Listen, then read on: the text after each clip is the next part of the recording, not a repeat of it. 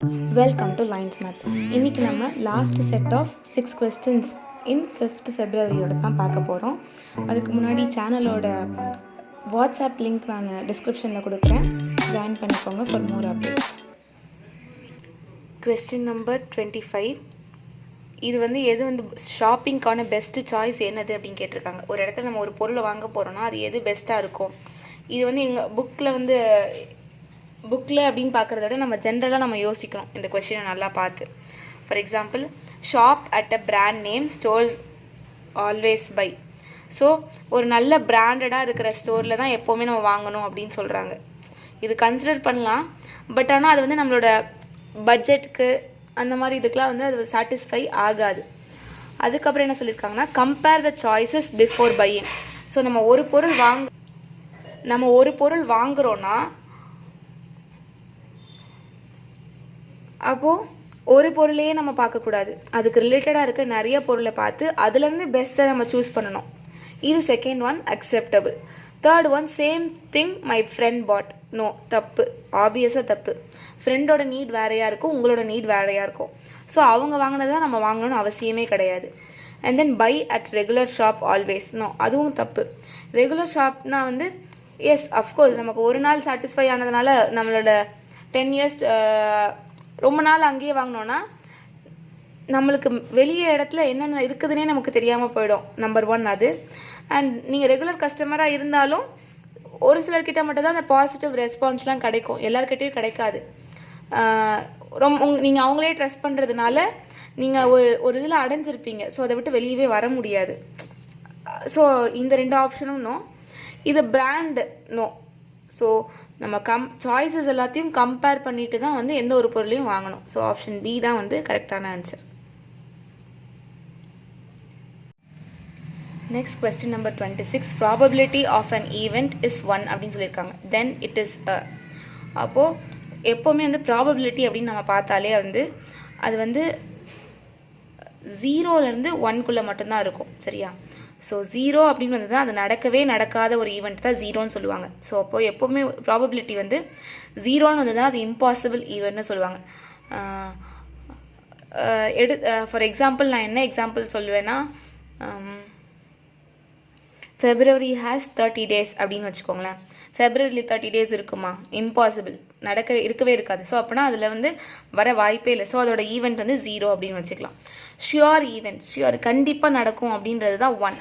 கண்டிப்பாக ஒரு ஈவெண்ட் நடக்கும் அப்படின்னா, for example, after Sunday Monday will be coming.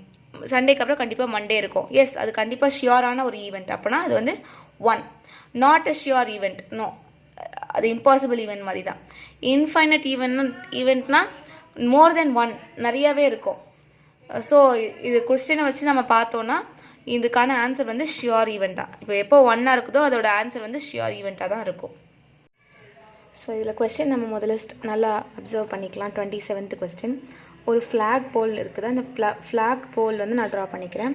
இதுதான் ஒரு ஃப்ளாக் போல், சரியா? ஃப்ளாக் போலோட height 15 metre height. Cast a shadow of 3 meter at 10 AM. So அதோட ஷேடோ எவ்வளோ உயரமாக இருக்குதுன்னா, ஷேடோனா இங்கே கீழே தரையில் தானே படும். ஸோ இங்கேருந்து இவ்வளோ தூரம் கரெக்டாக 3 மீட்டரில் அதோட ஷேடோ வருது, சரியா? 10 AM அப்படின்றதெல்லாம் நம்மளை கன்ஃபியூஸ் பண்ணுறதுக்காக கொடுத்துருக்காங்க, அதை நம்ம பாதர் பண்ண வேண்டாம். The shadow cast by a building at the same time is. So ஒரு பில்டிங்கோட ஷேடோவை அவங்க கொடுத்துருக்காங்க, சரியா? சேம் டைமிங் தான், ஆனால் அதோட ஷேடோ மட்டும்தான் கொடுத்துருக்காங்க. ஸோ நான் என்ன பண்ண போகிறேன், அதே மாதிரி ஒரு பில்டிங் போடுறேன். ஆனால் இதோட ஷேடோவோட லென்த்தே ரொம்ப பெருசாக இருக்குது. ஷேடோவோட லென்த் ஷேடோ 18.6 மீட்டர் அப்படின்னு கொடுத்துருக்காங்க, சரியா? ஸோ அப்போ ஹைட் ஆஃப் த பில்டிங் என்னவா இருக்கும் அப்படின்னு கேட்டிருக்காங்க. ஸோ இது ரெண்டுத்தையும் நான் பார்த்தேன்னா இது ரெண்டுமே சிமிலர் அப்படின்னு சொல்லலாம். சிமிலர் ட்ரையாங்கிள்ஸ் அப்படின்னு நம்ம சொல்லலாம். ரெண்டுத்தையும் நான் ஜாயின் பண்ணிக்கிறேன். ரெண்டுத்தையும் சிமிலர் ட்ரையாங்கிள்னு சொல்லலாம்.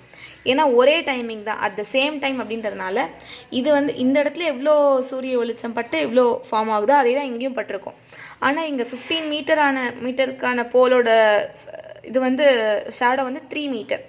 அப்போனா ஒரு பில்டிங்கோட ஷேடோவே 18.6 மீட்டராக இருந்தால் அதோட ஹைட் எவ்வளோவா இருக்கும்? கண்டிப்பாக பெருசாக தான் இருக்கும். ஸோ நம்ம என்ன பண்ண போகிறோம்? ஆல்ரெடி இதே கொஷின் பேப்பரில் தான் நம்ம பார்த்தோம். எப்படி சிமிலர் ட்ரையாங்கிள்ஸில் வந்து சிமிலர் ட்ரையாங்கிள்ஸ்னாலே அது வந்து ப்ரொபோர்ஷனல் டு ஈச் அதர் அப்படின்ற மாதிரி பார்த்தோம்.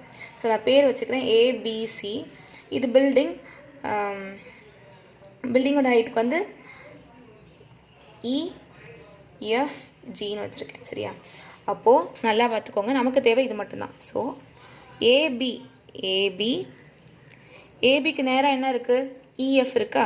AB/EF ஈக்குவல் டு, இப்போ கீழே தான் ஷேடோ BC பை இதோட ஷேடோ வந்து GF. இப்போ நம்ம சப்ஸ்டியூட் பண்ணி நம்ம ஆன்சரை ஈஸியாக கண்டுபிடிச்சிடலாம். ஏபியோட வேல்யூ 15ன்னு தெரியும் எனக்கு. அதே மாதிரி EF வந்து எனக்கு தெரியாது, இதுதான் ஹைட். நான் ஹெச்ன்ற பேரை நான் இதுக்கு வச்சுக்கிறேன், ஹைட் ஆஃப் த பில்டிங்க்கு. BC வந்து 3ன்னு எனக்கு தெரியும். GF வந்து 18.6. நான் இப்போ கிராஸ் மல்டிப்ளை பண்ணி எனக்கு ஹெச்சோட வேல்யூ மட்டும் வேணும். ஸோ ஹெச் இங்கே மேலே போயிடுது, இது வந்து இங்கே மேலே வந்துடுது. So 15 multiplied by 18.6 equal to 3 into H. இப்போ 3 இங்கே டிவிஷனுக்கு கீழே கொண்டு வந்துடுறேன். ஸோ அப்போ என்ன ஆகும்? 15 multiplied by 18.6 divided by 3 equal to h. Cancel பண்ணனா 1 times, இது 5 times. 5 ஓட இதை multiply பண்ணுறேன். 5 into 6 are 30, balance 3. 5 into 8 are 40, 40 plus 3 43, balance 4. 5 into 1s are 5, 5 plus 4 9. So இங்கே பாயிண்ட் இருக்கிறதுனால நான் இங்கே பாயிண்ட் வச்சுக்கிறேன். சேம் மீட்டர் தான். அப்போது 93 மீட்டர் தான் கரெக்டான ஆன்சர். ஸோ பில்டிங்கோட ஹைட் வந்து கண்டிப்பாக 93 மீட்டராக இருக்கும். ஆப்ஷன் ஏ தான் வந்து கரெக்டான answer. Question number 28. Subtract the value of 12/7 from -3/13 கொடுத்துருக்காங்க. சப்ராக்ஷன் தெரியுது, ஃப்ரம் அப்படின்றது நல்ல வார்த்தையை நல்லா கவனமாக பார்க்கணும். இதிலேருந்து இதை கழிக்க சொல்கிறாங்க. ஸோ ஃப்ரம் திஸ் இதை நம்ம சப்ராக்ட் பண்ணணும். அப்போது -3/13 -12/7 ரெண்டுத்துலேயும் வேறு நம்பர்ஸ் இருக்குது. ஸோ ஆப்வியஸாக நம்ம டெசிமல் மல்டிப்ளை பண்ணி ஆகணும். மல்டிப்ளை பண்ணால் எனக்கு மொத்தமாக 91 வரும். 13 into 7s are 91. இங்கே மல்டிப்ளை பை 7, மேலேயும் கீழே 7. அதே மாதிரி இங்கே மல்டிப்ளை பை 13, மேலேயும் கீழே 13. 13 into 7s are 91. அப்போ 3 into 7s are 21. -21 minus 13 into 12s are நான் கண்டுபிடிக்கணும். 12s are 144. 144ஓட இன்னொரு 12 சேர்த்தா தான் வரும். ஸோ 156. ஸோ நல்லா ஞாபகம் வச்சுக்கோங்க, சேம் சைனாக இருந்தால் எப்போவுமே வந்து நம்ம வந்து ஆட் பண்ணிவிட்டு அந்த கொடுத்துருக்க சைனையே போட்டுருவோம். ஸோ அப்போது இங்கேயும் மைனஸ் இருக்குது, இங்கேயும் மைனஸ் இருக்குது. ஸோ என்ன பண்ணுவோம்? கண்டிப்பாக நம்ம ஆட் பண்ணிவிட்டு 1 6 7, 2 + 5 7 1. ஸோ -177/91. ஆப்ஷன் சி தான் வந்து கரெக்டான answer. So question number 29. Number of digits in square of 533971 கொடுத்துருக்காங்க. இதில் மொத்தம் 6 டிஜிட் இருக்குது. சரியா? இது அப்படியே மனசில் அப்படியே வச்சுக்கோங்க. நான் அதுக்கு முன்னாடி நான் வேறு ஒன்று சொல்கிறேன், நல்லா பார்த்துக்கோங்க. 1 ஸ்கொயர் அப்படி நம்ம பண்ணோன்னா 1 நான் ஸ்கொயர் பண்ணால் எனக்கு 1 தான் வரும். ஸோ ஒரு டிஜிட் ஸ்கொயர் பண்ணால் எனக்கு 1 தான் வருது. அதே சின்னதாக இருக்கிற டபுள் டிஜிட் 100 நான் ஸ்கொயர் பண்ணேன்னா எனக்கு 10 நான் ஸ்கொயர் பண்ணால் எனக்கு 100 கிடைக்குது. ஸோ 2 டிஜிட் நான் ஸ்கொயர் பண்ணால் எனக்கு 3 டிஜிட் கிடைக்குது. அதே 3 டிஜிட் 100 நான் ஸ்கொயர் பண்ணால் எனக்கு 3 டிஜிட் நான் ஸ்கொயர் பண்ணால் எனக்கு 5 டிஜிட் கிடைக்குது. ஸோ இது வந்து எங்கெங்கெல்லாம் நம்ம ஒரு டிஜிட் ஸ்கொயர் பண்ணால் அது அப்படியே டபுள் ஆகுது, அல்லது அதை விட ஒரு நம்பர் கம்மியாகுது. 1 நான் டபுள் பண்ணனா எனக்கு கிடைக்கும், எனக்கு 2 கிடைக்கும். ஸோ நம்ம ஜென்ரலாக 10 வந்து 2 டிஜிட் நம்பர். 2 டிஜிட் நம்பரை ஸ்கொயர் பண்ணால் நமக்கு 4 டிஜிட் நம்பர் வரும்னு நினைப்போம். ஆனால் 3 டிஜிட் நம்பர் வருது.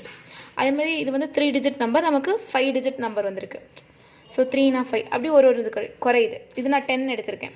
இதே நம்ம 9 எடுத்துக்கோங்க. 9ன்றது ஒரு 1 டிஜிட் நம்பர் தான். அதை நான் ஸ்கொயர் பண்ணால் 81 ஆகுது. இப்போது அதே மாதிரி இந்த கொஞ்சம் பெரிய நம்பர்ஸ் எடுத்தோம்னா அது அப்படியே கரெக்டாக ஈக்குவலாகவே கரெக்டாக டபுள் ஆகிடுது. ஸோ அப்போது ஒன்று டபுள் ஆகும், அல்லது டபுள் ஆனதை விட ஒரு நம்பர் குறைஞ்சிருக்கும். ஸோ அப்போ இங்கே எனக்கு 6 டிஜிட் நம்பர் இருக்குது. அந்த 6 டிஜிட் நம்பர் வந்து ஸ்கொயர் நான் பண்ணேன்னா எனக்கு 12 வரும், அதில் 13லாம் வர வாய்ப்பு கிடையாது, அதை விட ஒரு நம்பர் குறைவா. அப்போது 11 அல்லது 12 டிஜிட் தான் வரும் அப்படின்றது தான் ஆன்சர். ஸோ ஒரு எக்ஸாம்பிள் வச்சு நமக்கு தெரியாத ஒரு கொஷின் வந்ததுன்னா எக்ஸாம்பிளுக்கு நம்ம ஏதாவது நமக்கு தெரிஞ்ச நம்பர்ஸை எழுதி பார்த்துட்டு நம்ம இப்படி வந்திருக்கு. ஸோ அப்படின்னா தியரி படி ஸ்கொயர் பண்ணோன்னா ஒன்று டபுள் ஆகும், நம்பர் ஆஃப் டிஜிட்ஸ் வந்து டபுள் ஆகும், 1 அல்லது அதை விட டபுள் ஆனதை விட ஒரு 1 குறைஞ்சிருக்கும் அப்படின்றத மட்டும் அண்டர்ஸ்டாண்ட் பண்ணிக்கணும். ஸோ ஆப்ஷன் சி தான் கரெக்டான ஆன்சர்.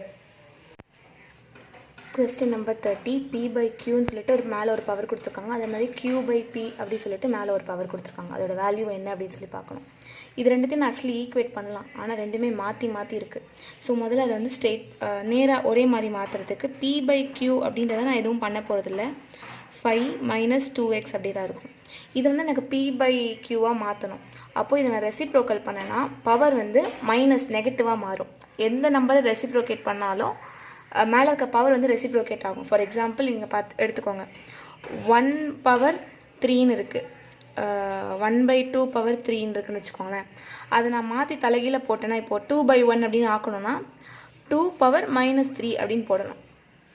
இது வந்து ஒரு ரூல், சரியா? அந்த ரூல் படி நான் இதை என்ன பண்ண ரெசிப்ரோகேட் பண்ணுறேன். ஸோ P/Q நிறைய பேர் அப்படி டேரெக்டாகவே சால்வ் பண்ணிவிடுவாங்க. டேரெக்டாகவே சால்வ் பண்ணால் உள்ள ஆன்சரும் இங்கே இருக்குது, கரெக்டாக ரெசிப்ரோகேட் பண்ணிவிட்டு பண்ணாலும் ஒரு ஆன்சர் இருக்குது. ஸோ நம்ம கரெக்டாக P/Qவாக இருக்கான்னு பார்த்துட்டு தான் நம்ம பண்ணணும்.